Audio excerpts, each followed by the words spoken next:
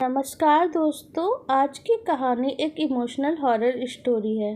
आज रोनित अपनी नई दुल्हन को लेकर होटल के उस कमरे में हनीमून के लिए आया था। दुल्हन, जिसका नाम था संध्या। संध्या को लेकर रोनित अपने होटल के कमरे में प्रवेश करता है और संध्या से कहता है, ठीक है, अभी घूंघट मत उठाना, मैं आऊँगा, तुम्हारे घूंघट को मैं ही उठाऊँगा, पर थोड़ा सा खाने पीने का इंतजाम तो करना बनता है। तो वो सहमति में सर हिला देती है। उसके बाद रोनित छोटी मोटी चीज़ों का इंतज़ाम करके लेके आता है। थोड़ी देर में, करीब आधे घंटे बाद, बोला कि मैंने तो कितना दिन के बाद वो सोचते हुए आ रहा था कि कितनी जल्दी वो मुझे मिली, मैंने उससे शादी कर ली। अभी 1 महीना तो मैंने उसे मिला ही हुआ था, जी खोल के उसे देखा भी नहीं, पर आज अपनी संध्या को मैं जी खोल के देखूंगा। रोनित वापस आया तो उसने देखा कमरा एक दुल्हन के कमरे की तरह सजा हुआ है।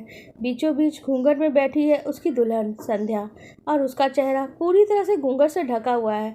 बहुत ज़्यादा एक्साइटमेंट में रोनित उसके करीब आता है और उसका घूंघट उठाता है।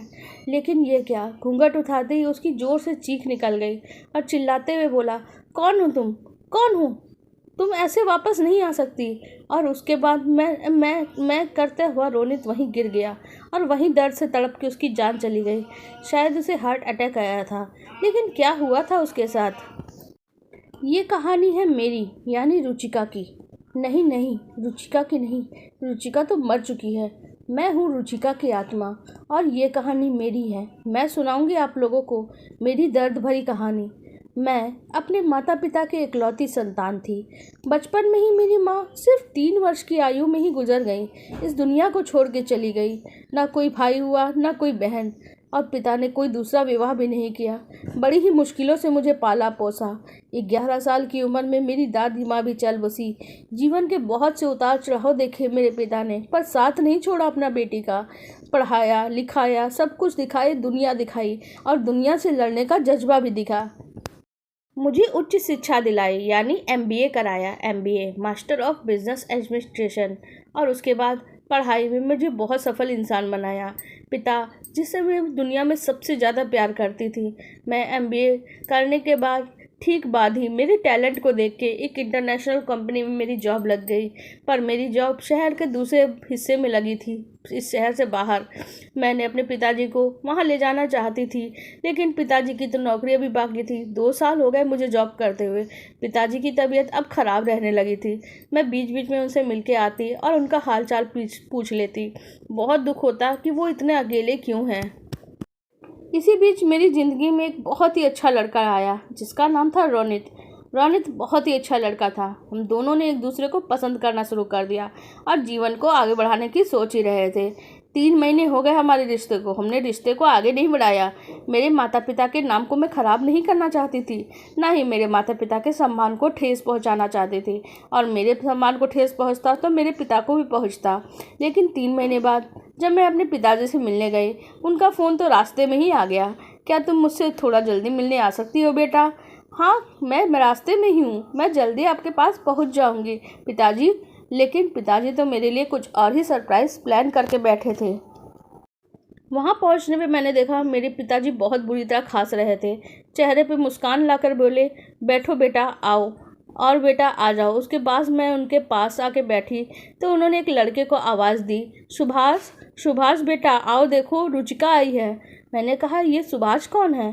तो उन्होंने कहा, जब तुम यहाँ नहीं होती है तो सुभाष कभी अपने माता पिता के साथ, कई बार मेरे पास आता और कभी अकेला आता, मेरी देखभाल करता। इस दुनिया में तुम्हारे लिए इससे अच्छा लड़का मुझे नहीं मिल सकता। तुम्हारे पिता को अपना पिता मानता है, मेरी बेटी को कितने खुशी से रखेगा। मैं सुभाष को तुम्हारे जीवन साथी के रूप में पसंद करता हूँ। तुम्हें कोई ऐतराज़ हो तो बता देना। लेकिन इसी बीच मेरे पिताजी की तबीयत थोड़ी ज़्यादा ख़राब हो गई और वो बेहोश होकर ज़मीन पर गिर पड़े।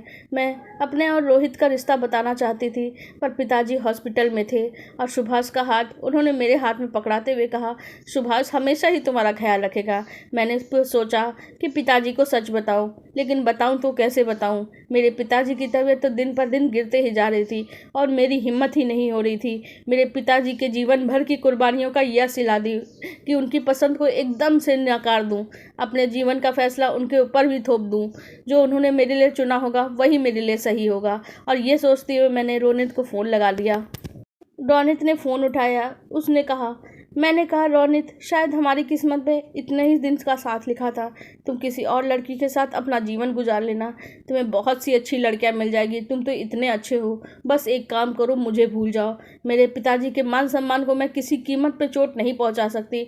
उन्होंने मेरे लिए बहुत सी कुर्बानियाँ दी हैं और एक छोटी सी कुर्बानी मैं भी उनके लिए दे सकती हूँ। तो मुझे भूल जाओ, मैं सुभाष के साथ अपना जीवन जीना चाहती हूँ। हाँ, वो तुमसे थोड़ा कम कमाता है और शायद सुंदर भी तुमसे कम हो, लेकिन मेरे पिताजी ने जो मेरे लिए चुना वो मेरे लिए श्रेष्ठ हो सकता है। और उसके बाद रोनित वहाँ से कुछ भी नहीं बोलता और फ़ोन रख देता है। मुझे लगा वो शायद थोड़ा नाराज़ है। समय के साथ सब कुछ ठीक हो जाएगा और हम जीवन में आगे बढ़ जाते हैं तो पिछली बातें भूल जाते हैं और जीवन का आगे बढ़ने का मौका लेकिन मेरी किस्मत में शायद लिखा ही नहीं था। 2 महीने बाद मेरी शादी थी। शादी में बहुत से बाराती आए थे और क्योंकि पिताजी को जानने वाली की संख्या तो कम नहीं थी, इसी बीच कोई बाराती कोई घराती थोड़ी फायरिंग करने लगे। हमने उन्हें मना भी किया पर वो नहीं मान रहे थे, पर सब कुछ सही से चल रहा था। हमारी जयमाला हो गई, फिर समय होने वाला था फेरे का, तभी एक फायरिंग हुई और मेरे चेहरे से बहुत सा खून मैंने देखा, पर हमेशा के लिए आंखें मैंने मूंद ली। ये सब कुछ इतनी जल्दी हुआ कि मेरे पिताजी बस देखते रह गए। उनके सामने उनकी बेटी वहाँ गिरी पड़ी थी और उनकी बेटी की आत्मा यानी मैं बस अपने पिताजी के आंसुओं को देख रही थी। चिता तक पहुँचते पहुँचते मेरे पिताजी की तबीयत बहुत ही ज़्यादा ख़राब हो गई और वहीं चिता के पास ही उनकी मृत्यु हो गई। मैंने अपने पिताजी को यूं ही तड़प के मरते हुए देखा अपनी बेटी की याद में, और इस तरह की विदाई के बारे में तो उसने सोचा भी नहीं था। मेरी आत्मा तड़प रही थी क्योंकि जिसने ये सब कुछ किया था मुझे उसे सबक सिखाना था। और आपको पता है ये सब कुछ किसने किया था? हाँ, वही रोनित ने किया था यह सब कुछ।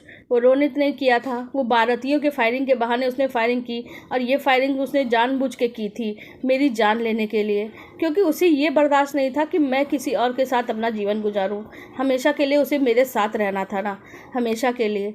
2-3 महीने साथ गुजारी, मैं बस उसी पल का इंतज़ार कर रही थी कब मुझे मौका मिले। और रोहित मुझे भूल गया और अपनी खुशियों में मगन हो गया। मैंने खुशियाँ छीन के, अपने जीवन की मेरी सबसे ज़्यादा कीमती चीज़ छीन के, मेरे पिताजी को छीन के। एक पार्टी में रोनित ने देखा एक सुनसान स्थान पे एक लड़की बैठी है अकेली। मौसम बहुत सुहाना हो रहा है। रोनित उसके पास आया और उससे बातें करने लगा। वो बहुत सुंदर थी, बहुत ही अकेली भी थी। उन्होंने उससे बातें की, बहुत सी मीठी मीठी बातें, लेकिन धीरे धीरे रोनित उसके प्यार के जाल में फंस गया। रोनित ने ना सोचा जो उसने किया उसे तो उसे भूलना ही है। वो तो जा चुकी है रुचिका, और उसके चले जाने का गम तो मैं ज़िंदगी भर नहीं बनाऊंगा। अपनी खुशियाँ तो मैं ज़रूर ही जीऊँगा। इस लड़की के साथ मैं अपने प्यार का रिश्ता आगे बढ़ाऊँगा और उसी से शादी करूँगा, उसके साथ खुशियों का जीवन जीऊँगा। लेकिन उसे यह नहीं पता था रोनित के साथ संध्या ने शादी तो कर ली पर उसके साथ अपना एक रिश्ता नहीं बनाया। 1 महीने बाद उसने कहा हमें 1 महीने के बाद ही हमारा रिश्ता बन सकता है, क्योंकि मैंने 1 महीने की मन्नत मांगी हुई है। हमने होटल में जाने का फैसला किया और वहां पहुंच के मैंने अपना वो रूप दिखाया जो रूप उसने मुझे दिया था जब उसने मुझे गोली मारी थी मेरे चेहरे पे, वो बिगड़ा हुआ चेहरा। जब उसने घूंघट उठाया संध्या का वो रूप, तो उसे उस रूप में रुचिका दिखाई दी, खून से भीगी हुई चेहरा, बिगड़ा हुआ चेहरा, जिससे उसने सब कुछ छीन लिया था, सब कुछ। तो मैंने भी तय कर लिया कि उसे तो मेरे साथ ही जीवन भर रहना था ना, ताकि मैं किसी और के साथ ना रहूं।